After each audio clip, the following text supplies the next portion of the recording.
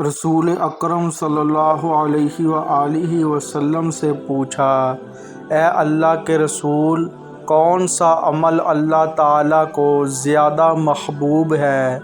آپ صلی اللہ علیہ وآلہ وسلم نے فرمایا، نماز کو اس کے وقت پر ادا کرنا۔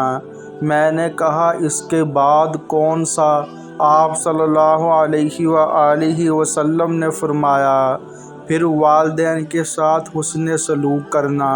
میں نے کہا، اس کے بعد کون سا؟ آپ صلی اللہ علیہ وآلہ وسلم نے فرمایا، پھر اللہ کے راستے میں جہاد کرنا۔ سیدنا ابن مسعود رضی اللہ تعالی عنہ فرماتے ہیں، اگر میں مزید درخواست کرتا تو آپ صلی اللہ علیہ وآلہ وسلم مزید چیزیں بتاتے۔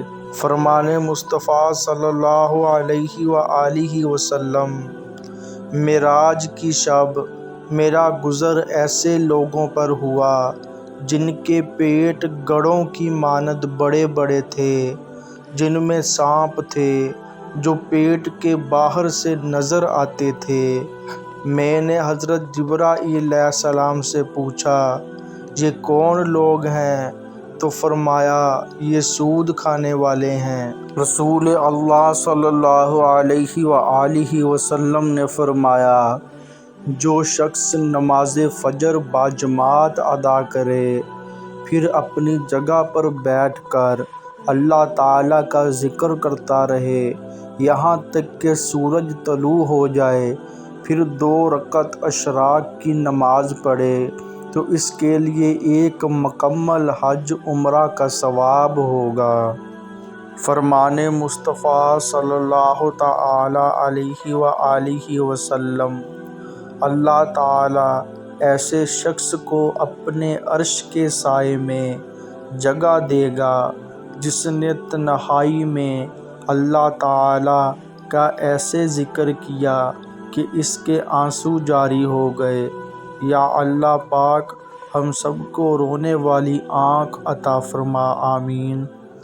حدیث نبوی صلی اللہ علیہ وآلہ وسلم، جو شخص قرآن پاک دیکھ کر پڑھنے کا عادی ہوتا ہے، اللہ تعالیٰ اس کو اس کی آنکھوں سے فائدہ اٹھانے کا موقع دیتا ہے جب تک وہ دنیا میں رہے، یعنی اس کی آنکھوں کی بینائی موت تک باقی رہتی ہے۔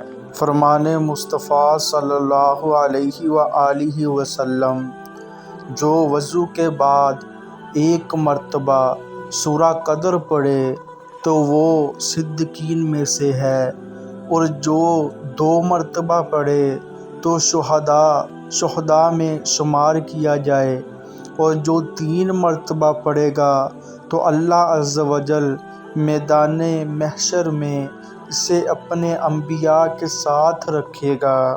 قبولیت کا یقین رکھو۔ نبی کریم صلی اللہ علیہ وآلہ وسلم نے ارشاد فرمایا، تم اللہ تعالیٰ سے ایسی حالت میں دعا کیا کرو کہ تم قبولیت کا یقین رکھا کرو، اور یہ جان رکھو کہ اللہ تعالیٰ غفلت سے بھرے دل سے دعا قبول نہیں کرتا۔ حدیث نبوی صلی اللہ علیہ وآلہ وسلم، 5 نمازیں اور جمعہ اگلے جمعے تک اور ماہ رمضان اگلے رمضان تک گناہوں کا کفارہ ہیں، جب تک کہ کبیرہ گناہوں سے بچا جائے۔